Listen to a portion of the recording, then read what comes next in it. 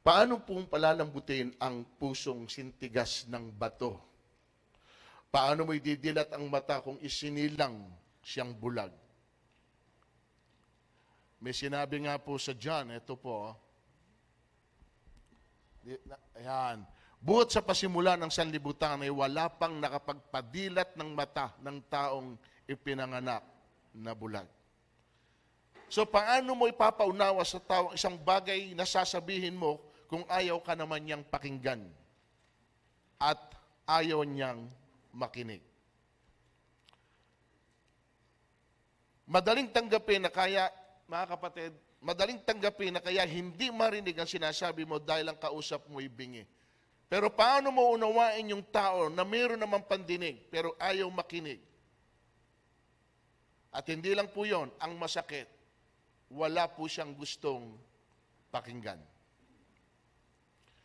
Church, mahirap po ang magsalita kung walang nakikinig. Amen. Pero mas mahirap yung hindi ka magsalita. Dahil baka yun ang gamitin nilang dahilan at sasabihin po nila sa Diyos na wala po kaming narinig dahil wala namang nagsalita sa amin. Ayoko pong gamitin ito na excuse ng sinuman sapagkat pwede po itong gamitin. Wala naman ikang nangangaral, wala nagsasalita, anong aming pakikinggan. At ito po yun. Ngunit paanong tatawagan ng taong ang hindi nila sinasampalatayanan? Paano sila mananampalataya kung wala pa silang napapakinggan tungkol sa Kanya? Paano naman sila makakapakinig kung walang? At yan po ang ayaw nating gagamitin ng sinuman na pwedeng maging dahilan. Kaya ito po ako nagsasalita, mayroong mang makikinig o wala. Hanggang hindi ko po nararanasan yung naranasan ni Jeremias. Ano ba yung naranasan ni Jeremias? Tumugo naman ako. Sino po ang makikinig sa akin? Kung sila'y babalaan ko't kausapin, pinid ang kanilang pakinig. Ayaw nilang pakinggan ang pahayag ko at pinagtatawanan pa ang sinasabi ko. Sa tingin po ninyo, mga kapatid, wala na pong ganyang klase ng tao ngayon? Na kung minsan, di ka na nga pinakikinggan, pinagtatawanan ka pa sa iyong sinasabi. Minsan nga, hindi sa likuran minsan sa harapan. Meron pa kayang ganyan? Ang mensahe po natin ay pinamagatan ko pong, sabihin mo nga sa katabi mo, makinig ka raw. Amen? Makinig ka naman. Sapagkat ang sabi po dito sa teksto natin, aking anak, salita ko ay pakinggan mong mabuti.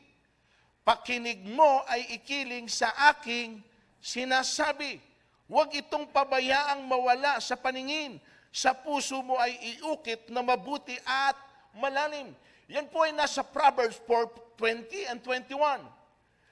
Lilipat lang po ako ng isang chapter. Chapter 5, the same. Verse 1, aking anak, salita ko'y pakinggan mong mabuti.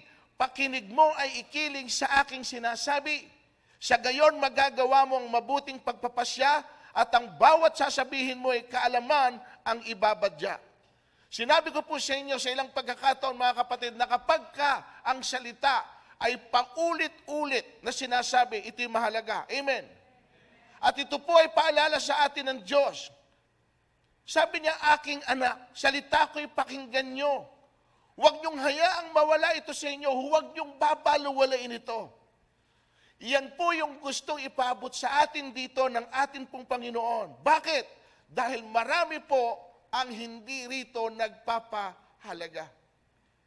At yan po ang ibabahagi ko po sa inyo sa umagang ito. Yung mga taong hindi pinapahalagahan yung sinasabi ng Diyos sa kanila. Kasi nung yesterday, sa Don Watts, nag-share po ang ating Ate B at na-surprise po siya. Doon po siya nag-a-apply ng trabaho sa kanila na in-invite po niya na umattend ng Bible study bago po interviewin siya. At ang naging sagot po, alam niyo ba, pagkatapos po nung Bible study, na mali po ng text, yung pong babae na nag-a-apply sa kanila, at sa kanya po napunta. Alam niyo ba kung ano sinabi? Sa kanyang asawa, supposedly dapat ito pinadala. Namali ng sense kay Sister B na ipadala. Ito po ang sagot. Sabi po nung babae, ito ang ayaw na ayaw ko, ang mag-Bible study. At doon po sa word na yon, doon ko po ito ginawa. Para po maramdaman ninyo na talagang meron pong mga tao na ayaw sa Diyos. Ayaw makinig ng salita ng Panginoon. Tingnan po ninyo yung una kong puntos. Tingnan nyo ang kanilang ugali. Jeremiah 44. Hindi namin pakikinggan ang sinasabi mo sa amin sa pangalan ni Yahweh. Bagkus gagawin namin ang lahat ng aming ipinangako sa aming, tahasang sinabi nila na hindi ka namin pakikinggan kahit ang sinasabi mo po ay sa pangalan ni Yahweh.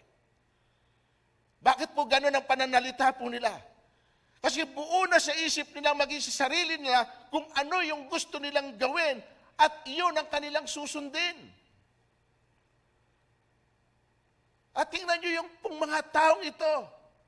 Sarili lang po nila ang gusto nilang sundin at hindi na po ang sa Diyos. Hindi namin pakikinggan ang sinasabi mo, maging ito'y sa pangalan pa ng Diyos. Jeremiah 32:33. Ako'y tinalikuran nila, bagamat ulit-ulit ko silang, hindi sila nakinig, ni tumanggap man ng payo. Inilagay pa nila ang kanilang mga Diyos-Diyosan sa aking templo at sa gayo'y dinumihan ito. Nakita po ninyo, sinabi ni Lord, paulit-ulit ko silang tinuruan, meaning hindi po nagkulang ang Diyos sa kanila. Na sila'y laging sabihan at laging palalahanan, pero ano po ang tugon nila sa Diyos? Wala ho silang pinakinggan sa sinabi sa kanila, maging yung mga payo ng Diyos. At dito nga, binastos pa nila ang ating Panginoon. Nagdala sila ng marumi sa kanyang templo. Naglagay sila ng Diyos-Diyosan. Talagang pinupropok nila ang Panginoon. Ginagalit po nila talaga ang Diyos. At ito masakit mga kapatid. Ang gusto po mga taong ito, ang magturo sa kanila, yung ang ituturo ay yung gusto nilang marinig. Ano sabi po dyan? Sapagkat darating ang panahong hindi na nila pakikinggan ang wastong aral. Sa halip susundin nila ang kanilang hilig. Mangangalap sila ng mga gurong walang ituturo, kundi ang mga bagay lamang na gusto nilang ibabaling nila sa mga alamat ang kanilang pansin at hindi na nila pakikinggan ang katotohanan. Hindi naman po pala yung mga taong ito na hindi naman pala hindi gustong makinig, pero meron po silang gustong mapakinggan. At yun po yung naaayon lamang sa kanilang kagustuhan. May mga taong ganon. Di ba? Ayaw nila na mapagsasabihan. Ayaw po nila na itatama sila sa kanilang mali. Kaya lumalaban. Kaya yung iba, ayaw ka na nga pakinggan eh. Lalo na't kung ito'y paulit-ulit na lang na sinasabi ay ka sa kanila. Pero dito malinaw na darating daw ang panahon ng mga taong ito, hindi na po gustong makarinig ng katotohanan. At pipiliin na lang nila yung bagay na gusto nilang marinig. So ayaw nila ng aral ng Diyos. Ayaw po nila na pinapayuhan sila ng Diyos. Lalong ayaw po nila na pinagsasabihan sila ng Diyos. Kita niyo po ang reaksyon ng mga taong ito? Isaiah 64, verse 5. Yung tinatanggap at nagsisikap sa mabuting gawa at ang iyong aral at ang mga tuntunin ang ginugunita. Tingnan niyo po yung word. Nagagalit ka na. Ano ginagawa nila? Nagagalit na ang Diyos, pero tuloy pa rin sila saan? Ang ginagawa namin talagang masama, buhat pa ng una. Grabe. Nagagalit ka na, pero tuloy pa rin kami. Anong ibig sabihin nun? Baliwala sa kanila yung galit mo. Hindi importante sa kanila kung yung reaction mo. Basta para sa kanila, gagawin nila yung bagay na kanilang gusto. Yun sila. May mga tao palang ganito, mga kapatid. Amen? At ito matindi. Ito matindi. Alam niyo po ba kung ano tayo para sa kanila? Tingnan niyo ito. Ayan. Tinatawag niyo akong Panginoon. Ito sabi ng Lord, ha? Tinatawag niyo akong Panginoon, Panginoon, pero hindi naman niyo ginagawa ang alin? Ang sinasabi ko. So parang ganito lang, walang saysay. Yung anumang i-address natin sa Diyos, kung hindi natin gagawin yung sinasabi sa atin ng Diyos. At hindi tayo willing na pakinggan kung anuman yung kanyang ipinaabot. Di ba?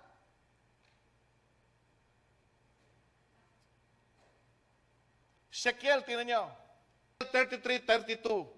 Ang magkakatulad mo para sa kanila isang mahusay na mga awit at batikang manunugtog. Makikinig sila sa iyo, ngunit di naman isasagawa ang kanilang naririnig. Tanya? Para daw sa kanila, mahusay kang umawit, magaling kang tumugtog. O i-paraphrase natin ito ha. Kahit magaling kang magsalita sa iyong pangangaral, nahuhusayan sila. Pero ano sa isa nito kung hindi naman nila ginagawa yung sinasabi mo? Ganito lang po ibig sabihin nito, mga kapatid. Magaling ka sa kanila, mahusay ka para sa kanila, pero huwag mo silang utusan. Hindi kanila susundin. At yan po yung sinabi ko na yan. Tinawag niyo akong Panginoon, Panginoon, ngunit hindi niyo ginagawa ang aking sinasabi. So anong saysay na ang tawag natin sa Kanya, Panginoon? Anong saysay na sinasabi natin mabuti ang Diyos, magaling ang Diyos? Pero kung hindi ho natin sinusunod at ginagawa yung sinasabi sa atin ng Diyos, wala hong meaning yung pong pagtawag natin. Ano man po kung paano natin ina-address ito, kung sino siya sa buhay natin. Kaya napakahalaga, mga kapatid, yung pong pakikinig at dun sa ating narinig, ito'y ating ginagawa at sinusunod. Importante po yun. Kasi walang saysay. Para saan na nakinig ka sa sinasabi sa iyo, kung yung sinabi naman sa iyo ay babaliwalain mo. At hindi naman aksidente na ang message naman ay para po saan? Hindi sa iilan, kundi yung message naman na ito ay para po sa ating lahat. Pero dito po nalalaman ng Panginoon kung sino sa atin yung willing na makinig. At willing din na sumunod. Ang akala po kasi nung iba, wala ho itong bunga. Yung hindi ho pakikinig, yung pagpabaliwala sa sinasabi ng Panginoon, akala po ng iba, wala po itong magiging bunga. Meron po, mga kapatid. Tingnan nyo. Tingnan nyo yung bunga ng hindi nila pakikinig. Okay? Ito po. Proverbs 5:13-14. Ang tinig ng aking guro ay hindi ko dininig. Sa turo ng aking puno'y inilayo ang pakinig. At ngayon, yung bunga, tingnan niyo yung bunga, basahin natin.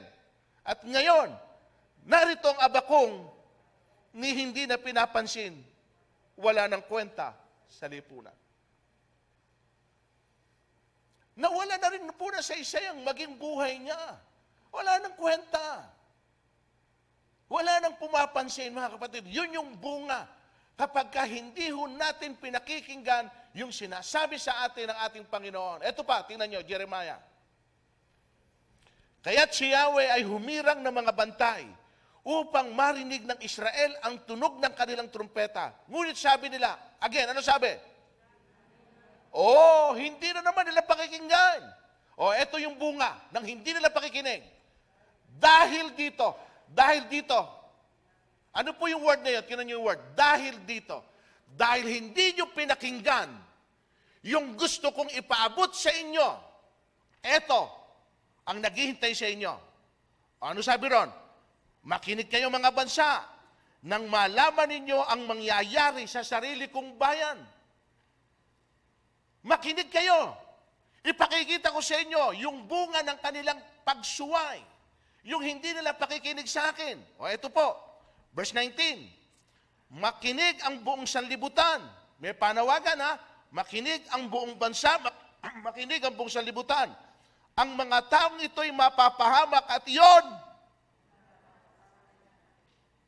Sapagkat hindi nila tinalima ang mga salita ko, bagkus itinakwil niya ang aking kautusan. Kita niyo po? Mapapahamak. Hindi ho nila ito alam. Kaya nga blessed po tayo kahit papano. Tumutugon po tayo doon sa bagay na ating naririnig. Hindi ho tayo nagwawalang bahala. Hindi ho natin ito parang tinetake for granted lang. Iyon po yung mahalaga rito. Dahil ayaw nga natin na umani ng bunga nung hindi po natin pakikinig. Psalm 89, kung ang aking aral ay di pakikinggan at ang kautusay hindi iingatan. Verse 32, kung gayon, darana sila ng parusa sa ginawa nilang mga kasamaan. Sila'y hahampasin sa ginawang napakalaking kasalanan, kapatid. Hindi ho yung alam ninyong kasalanang nagagawa po natin. Yung ikay pumatay, yung ikay nakipag-ugnayan sa kung saan, bagamat yun ay kasalanan, yung ikay nagnakaw. Marami pong uri ng kasalanan na para sa atin talaga ay mabigat na kasalanan, pero hindi po yung mga bagay na pwede niyong pansinin, mabanggit doon. Ito po, ang pinakamalaking kasalanan ay yung baliwalain mo ang sinasabi sa iyo ng Diyos. That is the greatest sin. Sapagkat ang nagsasalita sa iyo ay walang iba kundi ang Diyos. At kung siya'y Diyos sa atin, dapat po kung ano ang kanyang sabihin, wala ho tayong pag-aatubili na ito ay dapat sundin.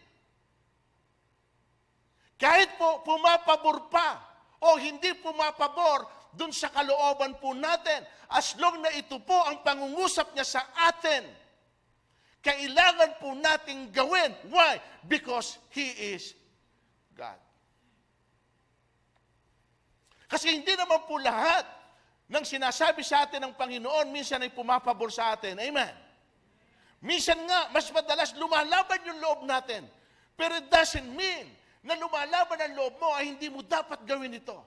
Provided na alam natin na yung pangungusap na ito ay galing po sa Diyos. At ito nga po ang sinasabi. Tingnan nyo ang bunga.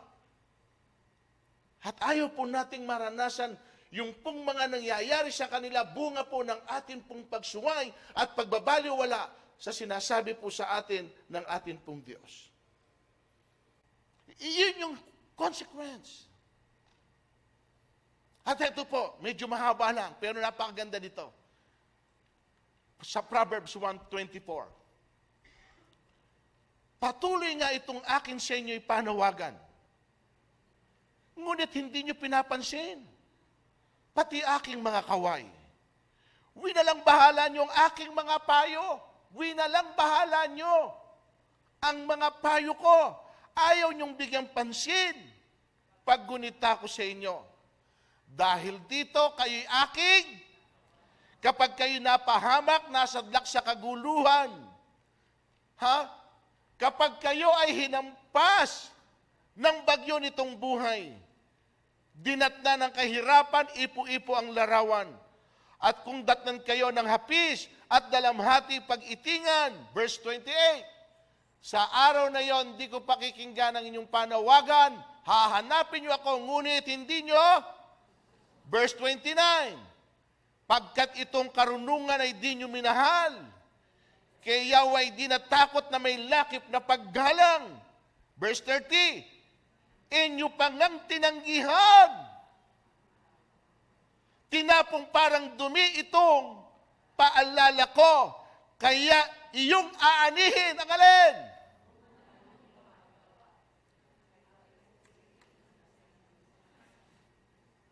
Hindi pa pwedeng baliwalain ito ng Diyos. Akala lang po ng mga tao, hindi ho sila papansinin ng Diyos. Kahit po paulit-ulit po nilang binabaliwala yung bagay na sinasabi ng Panginoon, patuloy ang kanyang paanyaya. He has something for you. Gusto niyang i-direct ang buhay mo. Meron siyang bagay na gustong ipaabot, ipaalam sa iyo, ipagawa sa iyo. At ang lahat ng ito, alam natin, di ba? Lahat ng ito ay sa ating ikakabuti. Patuloy. Hindi ho siya napapagod. Patuloy siyang nag-iimbita. Patuloy kang niyayaya. Pero tigas ng atin pong loob. Hindi ka papatayin ng Diyos. Hindi ka pahihirapan ng Diyos. Kaya nga sabi rin sa salita ng Panginoon, now there is no more condemnation to those who are in Christ Jesus. Hindi ka pinapunta ng Panginoon sa Kanya, palapit sa Kanya para ikondina ka. Usigin ka sa mga ginawa mo. Hindi. Kaya pinipilit ng Diyos na ilapit ka sa Kanya. Sundin mo yung sinasabi niya sapagkat ayaw niya na maranasan mo yung bunga ng pagsuway na pwede mong gawin sa atin pong Panginoon. Yun ang concern ng atin pong Diyos. Wala ho siyang interest whatsoever saan. Sa anumang bagay na meron ka. Ang mahalaga sa Kanya, mga kapatid, walang iba kundi ang iyong kaluluwa. Diyan po siya namatay. Iyan po ang dahilan ng paghihirap po niya. At ayaw niyang masasayang yung pong pinagpagalan po niya. Yung naging dahilan ng pagparito po niya, ayaw niyang mabaliwala po yun. Kaya nga na doon, nag-o-offer siya, anak, ito salita ko. Pahalagahan mo yan. Marami kang bagay na matututunan mula dyan. At yan ang magdadirect sa'yo. Thy word is a lamp unto my feet. Ano sabi nun sa 119 verse 105? And the light unto your path.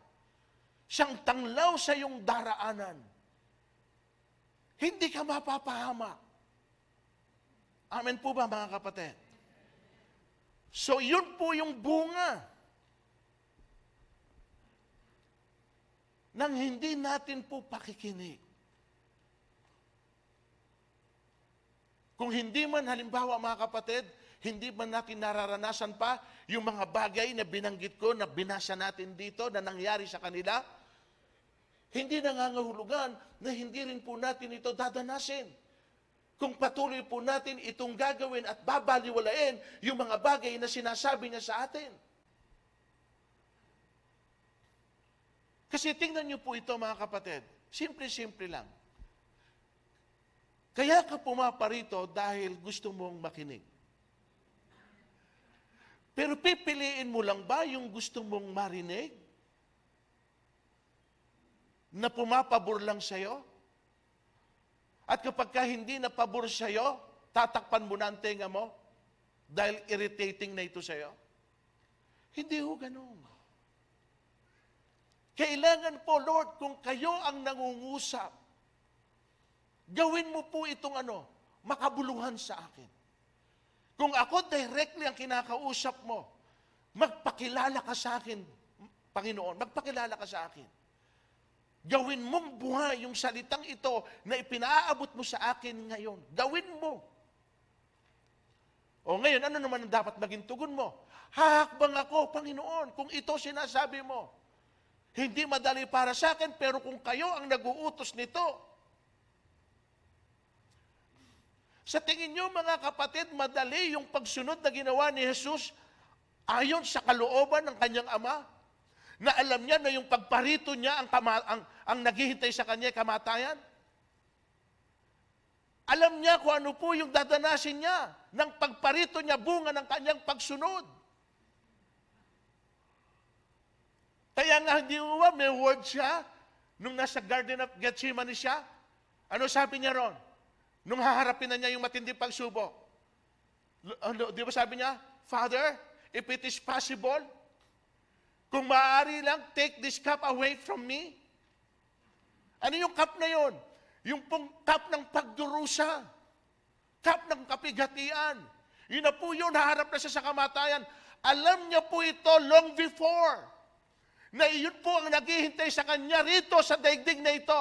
And yet, pumarito pa rin siya kahit alam niya kung ano ang naghihintay sa kanya, bunga ng kanyang pagsunod. Amen po, kapatid.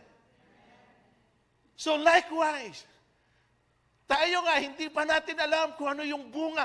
Pero ito, napakaganda ang alam ko. Lahat ng sumunod sa Panginoon, hindi ho napariwara, hindi napahama, kundi napabuti. Amen? Yun lang yun. Kahit mahirap sa'yo, para sa iyong sarili. Hindi madali. Honestly, hindi madali. Totoo to, mga kapatid. Sapagkat meron po akong pangalawang message na ginawa rito kahapon. It is not a joke. Hindi ito biro. Nakita ko yung mga pinagdaanan po nilang lahat. At doon ko po na sa lahat, hindi sila nagbibiro. At ang paglilingkod sa Diyos, ang pagsunod sa Panginoon, ang pagbibigay ng buhay sa Panginoon, it is not a joke. Hindi po ito biro. Na ginawa mo lang dahil nagaya ka sa iba. Sumunod ka lang dahil kailangan mong sundin sila. Dahil merong pabor na pwedeng tanggalin sila sa buhay mo. Kaya mo ginagawa lang ito. Hindi po ganun. Amen, mga kapatid. Hindi madali. Pero hindi naman ipagagawa sa atin ng Diyos ang isang bagay na alam niya na hindi mo kayang gawin. Hindi siya mag-uutos sa iyo na ito yung pong sundin mo kung alam din niyang hindi mo ito kayang masunod. Pero mga kapatid, hindi dapat matigas ang atin pong mga puso. Tulad ng mga taong binanggit ko. Can you imagine? Ayaw nilang makinig, ayaw nilang pakinggan ang aral at payo ng Diyos sa kanila. Kung yung pong aral at payo ng Diyos ayaw nilang pakinggan, kanino? Kaninong aral at payo ang gusto nilang marinig? Kaya yun yung sinabi rito, na nangangalap sila. Gusto rin nilang may mapakinggan. Tama po ba? Kaya nangangalap sila ng tagapagturo na gusto nilang marinig, hindi po yung alin. Yung sa Diyos, kundi dun sa mga tao na ang sasabihin ay pabor sa mga nakikinig dito.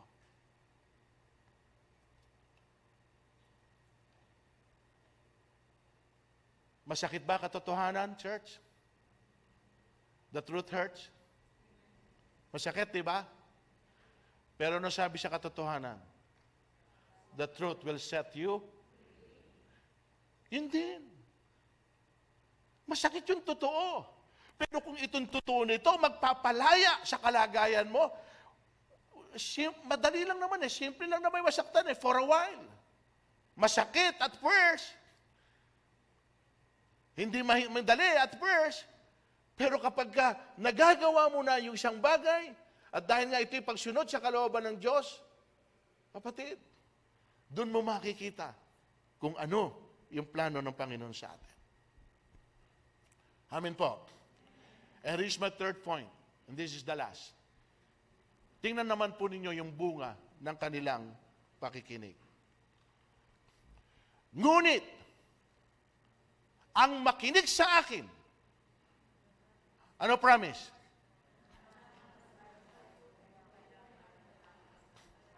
Nakita po ninyo, mananahan ng tiwasay, mabubuhay ng payapa, malayo saan? Hindi ba lahat po tayo, balik na rin natin. Masasabi ba nating tiwasay ang buhay natin? Walang panganib sa kapaligiran? Wala tayong kasiguruhan, amen?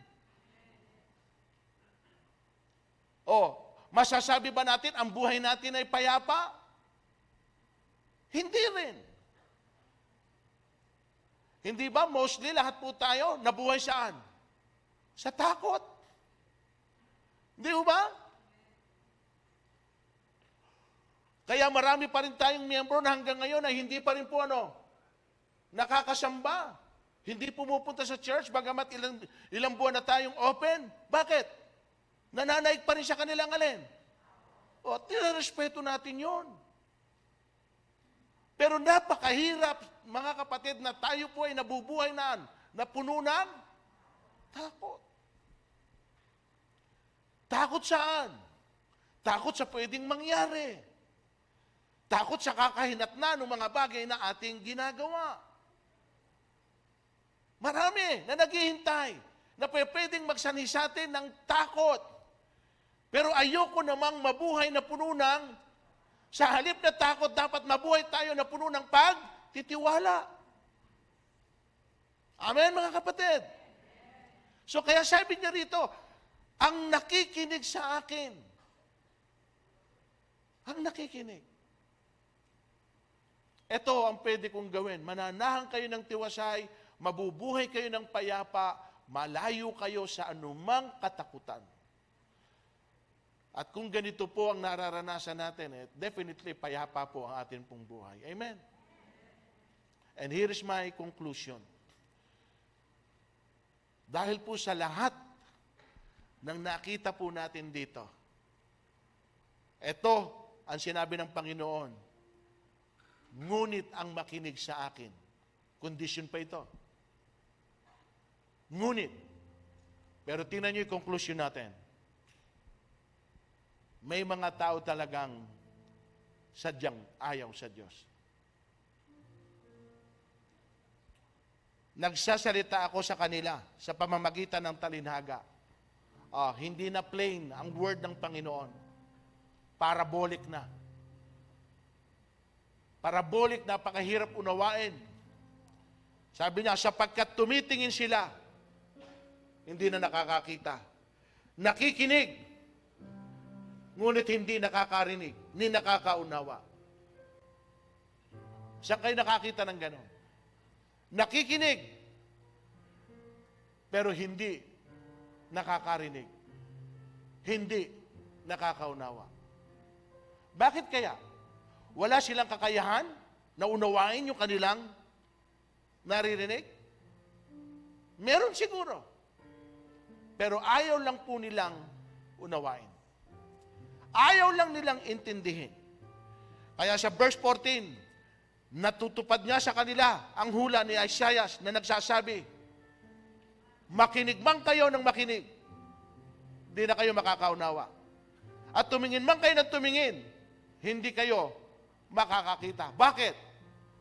Sapagkat naging mapurol ang isip ng mga taong ito.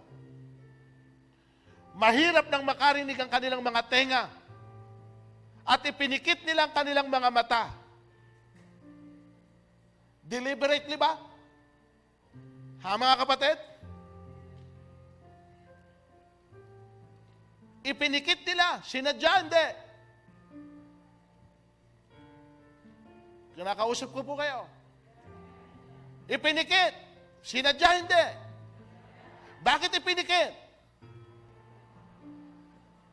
Dahil meron po silang nakikita na hindi nila gustong at ang paraan para ma-avoid nila yon, ipikit ang kanilang mata. Meron silang naririnig na hindi nila gustong mapakinggan. Kaya ano ginagawa? Tinatakpan nila ang kanilang tenga. And because of that, ano sabi dito? Kung eka hindi nila yung ginawa, sana'y nakakita ang kanilang mata. Sana nakarinig ang kanilang mga tenga. Sana nakaunawa ang kanilang mga isip. At ano bunga kapag ikay nakarinig at nakakita at nakaunawa? Ano bunga? Silang lahat ay kay magbabalik loob sa akin. Kita nyo? Kaya marami po sa tao ang hanggang ngayon, wala pa rin pong direct connection sa Diyos. Yung talagang tunay na relasyon at kaugnayan sa Panginoon. It's because hindi ho nila makita ang kahalagahan nito sa buhay nila. Hindi nila marinig ang kabutihang dulot nito na dala para sa kanila. Hindi ho nila maunawaan. Bakit? Sapagkat naging mapurol na ang kanilang mga isip. Ang Diyos na rin ang nagsadya nito. And even in 2 Corinthians 4:4, 4:3, 4:4, binulag sila ng Diyos ng sanlibutan ito upang hindi nila makita ang tunay na liwanag ng atin pong Panginoon. So mga kapatid, makinig naman kayo. At ang alam kong nakikinig, sumusunod sa kanilang naririnig. Ang Diyos ang nangungusap, ang Diyos ang nagsasabi, huwag maging matigas ang atin pong mga puso. Kapag nararamdaman nyo na may pangungusap ang Panginoon sa iyo, and that is the conviction of the Holy Spirit, do not harden your heart. Huwag niyong patigasin ang atin pong loob. Sumunod tayo sa ating Panginoon. And I guarantee you, lahat po ng gagawin natin bilang pagsunod ay sa atin pong ikakabuti. And that is for the glory of God. Palakpakan natin ang Panginoon. Tayo po'y manalangin sa Diyos. Taas po natin ang ating mga kamay, minsan pa. Hilingin po natin ang banal na Espiritu na mangusap sa bawat isa sa atin. Kapatid, ilang beses ka nang kinausap ng Diyos? Ilang beses ka nang sinabihan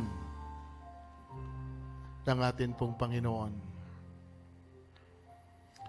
At alin doon sa mga sinabi niya sa iyo ang iyon ang nasunod? At alin doon yung mga hindi mo pa nasusunod? Diyos nga ba siya sa iyo?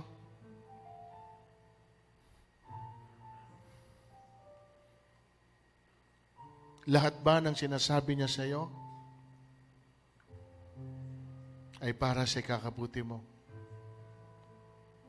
At kung ito siya kay bubuti mo, bakit hindi mo sundin? At kung may pangungusap ngayon ng Panginoon sa iyo at nag-i-struggle pa rin ang puso mo, gagawin ko ba o hindi? Susundin ko ba o hindi? Hindi mo hawak ang bukas. Proverbs 27 verse 1, huwag mo ipagyabang ang araw ng bukas sapagkat hindi mo alam kung anong pwedeng mangyari. Pwede mong sabihin ngayon sa sarili mo, Lord, susunod naman ako sa iyo, pero hindi muna ngayon. Baka bukas. Baka sa isang linggo. Paano kung wala ng bukas? Paano kung wala ng isang linggo?